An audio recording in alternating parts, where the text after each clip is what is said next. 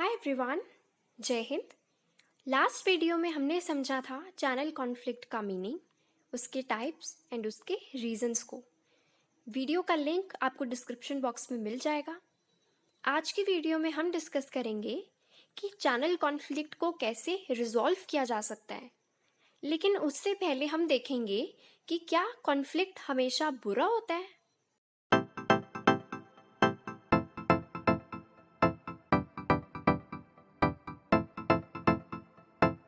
ये बहुत इंपॉर्टेंट है, इसे ध्यान से सुनना।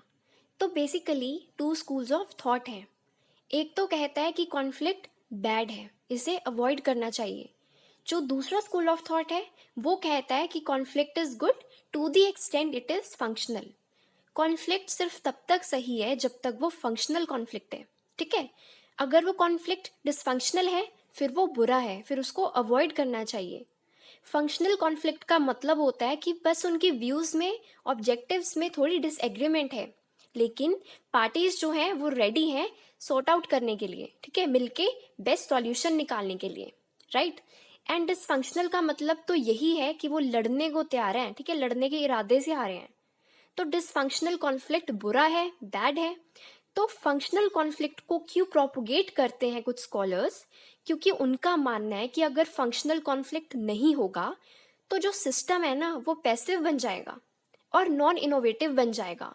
मतलब कि सब एक दूसरे की हाँ में हाँ मिला रहे हैं हर बार, ठीक है, कहीं कोई डिसएग्रीमेंट नहीं है, तो सिस्टम जो है बहुत ही लेथार्जिक बन जाएगा, एफिशिएंट नहीं रहेगा।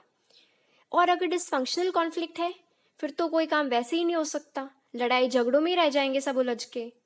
तो फंक्शनल कॉन्फ्लिक्ट होना चाहिए जहां एक दूसरे की बात को सुना जा रहा है, समझा जा रहा है, ठीक है, एक दूसरे का पॉइंट ऑफ व्यू सुना जाता है, जहां पर फिर एक बेस्ट सॉल्यूशन निकाला जाता है जो कि सबके लिए बेस्ट हो। ऑल राइट, अब हमने ये तो देखा कि चैनल कॉन्फ्लिक्ट क्या होता है, किन वजहों से होता है, बट इसको कैसे ख़त्म किया जा सकता है, कैसे रिजॉल्व किया जा सकता है अगर हो जाए।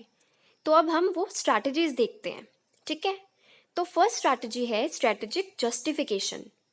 इसमें क्या होता है कि जो चैनल कमांडर होता है, जो कि ऑलमोस्ट ऑलवेज मैन्युफैक्चरर ही होता है, वो एक जस्टिफिकेशन देता है दो कॉन्फ्लिक्टिंग चैनल मेंबर्स को। जैसे कि मान लीजिए दो रिटेलर्स हैं, ठीक है, उनमें हॉरिजॉन्टल कॉन्फ्लिक्ट हो गया, तो चैनल कमांडर उन दोनों को समझाएगा कि आपके जो ऑब्जेक्टिव्स हैं वो कॉन्फ्लिक्टिंग नहीं हैं, आप एक दूसरे से कॉम्पीट नहीं कर रहे हो, आप दोनों एक ग्रेटर ऑब्जेक्टिव को अचीव करने के लिए काम कर रहे हो, ठीक है।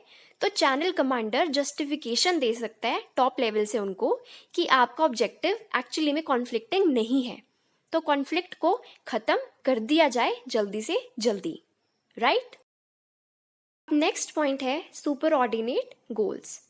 मान लीजिए एक हॉरिजॉन्टल कॉन्फ्लिक्ट है, ठीक है, दो रिटेलर्स कॉन्फ्लिक्ट कर रहे हैं, तो इसमें क्या होगा कि वो अपने कॉन्फ्लिक्टिंग गोल्स साइड पे रख देंगे और ऐसे गोल्स बनाएंगे मिलके, ऐसे सुपर ऑर्डिनेट गोल्स बनाएंगे जो वो दोनों अचीव करना चाहते हैं।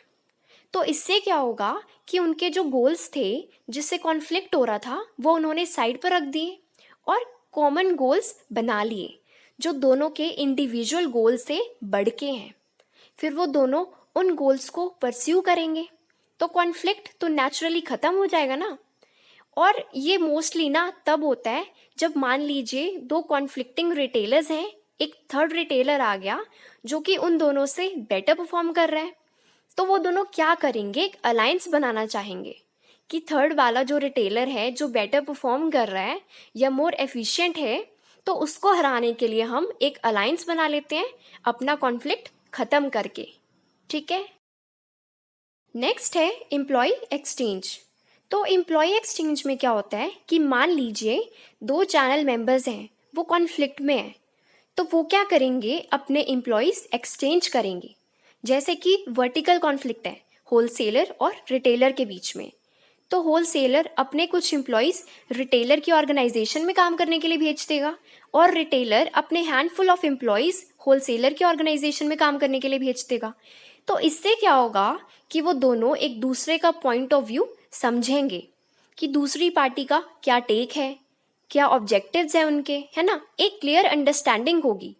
फिर इससे क्या होगा, कॉन्फ्लिक्ट होने के चांसेस बहुत कम होंगे, राइट। नेक्स्ट है कोऑप्शन। कोऑप्शन में क्या होता है ये एम्प्लॉय एक्सचेंज जैसा ही, पर इसमें एम्प्लॉयज़ हायर लेवल के होते हैं। तो क्या होगा, एक चैनल मेंबर जो कॉन्फ्लिक्ट में है या पॉसिबली कॉन्फ्लिक्ट में हो सकता है दूसरे चैनल मेंबर के साथ, चाहे वो वर्टिकल हो या हॉरिजॉन्टल हो, तो वो उसके जो टॉप लीडर्स हैं, जो उसके सीईओ हैं या और कोई हैं, तो वो उनको रिक्वेस्ट करेगा कि आप हमारी कंपनी के लीडरशिप में आ जाओ, कि आप हमारी कंपनी के बोर्ड ऑफ डायरेक्टर्स में आ जाओ, ठीक है। इससे क्या होगा, कॉन्फ्लिक्ट होने के चांसेस बहुत कम होंगे, क्योंकि टॉप लेवल पे एक ऐसा बंदा है जो कि दोनों में है, टॉप मैनेजमेंट में, ठीक है। ये एक प्रिवेंटिव टेक्निक भी है। तो इससे होगा क्या, कॉन्फ्लिक्ट होगा ही नहीं, क्योंकि वो सबको समझा देगा कि नहीं, इसके ऑब्जेक्टिव्स ऐसे हैं, इसके ऑब्जेक्टिव्स ऐसे हैं, ठीक है, ये कॉन्फ्लिक्ट नहीं कर रहे। और अगर कॉन्फ्लिक्ट बाय चांस हो भी जाता है तो वो एक की प्लेयर होगा कॉन्फ्लिक्ट को रिजॉल्व करने में, ठीक है। अब नेक्स्ट है डिप्लोमेसी एंड मेडिएशन। डिप्लोमेसी में क्या होता है, जो दो कॉन्फ्लिक्टिंग पार्टीज होती हैं वो दोनों अपने रिप्रेजेंटेटिव को भेजती हैं, चाहे वो रिप्रेजेंटेटिव एक सिंगल पर्सन हो या एक ग्रुप हो, वो दोनों पार्टी अपनी अपनी तरफ से भेजती हैं अपने रिप्रेजेंटेटिव को कि बात करो, सुलह करो और जो कॉन्फ्लिक्ट हो रहा है उसको रिजॉल्व करवाओ, रीजंस पता करो और ख़त्म करो कॉन्फ्लिक्ट को, राइट। और मेडिएशन में क्या होता है, एक इंडिपेंडेंट न्यूट्रल थर्ड पार्टी को अपॉइंट किया जाता है जो कि कॉन्सिलेशन एंड मेडिएशन में स्किल्ड हो। फिर दोनों पार्टीज अपने अपने पॉइंट ऑफ व्यू देती हैं और फिर मेडिएटर होगा, वो रिजॉल्व करवाएगा कि कौन सही है, कौन गलत है, या क्या कोर्स ऑफ एक्शन होना चाहिए कॉन्फ्लिक्ट को रिजॉल्व करने के लिए, ठीक है। अब लास्ट है लीगल रिकोर्स। अगर कुछ भी सक्सेसफुल नहीं हुआ, ना एम्प्लॉय एक्सचेंज, ना सुपर ऑर्डिनेट गोल्स, कुछ भी सक्सेसफुल नहीं हुआ, तो लास्ट ऑप्शन यही रहती है कि कोर्ट वाला रास्ता अपनाओ, लीगल एक्शंस वगैरह लो, राइट। तो ये था हमारा आज का टॉपिक। आई होप आपको सब कुछ समझ में आ गया होगा। कुछ भी डाउट हो तो बिंदास पूछ लेना। वीडियो पसंद आई हो तो प्लीज़ वीडियो को लाइक कर देना एंड चैनल को सब्सक्राइब कर देना। Thank you so much.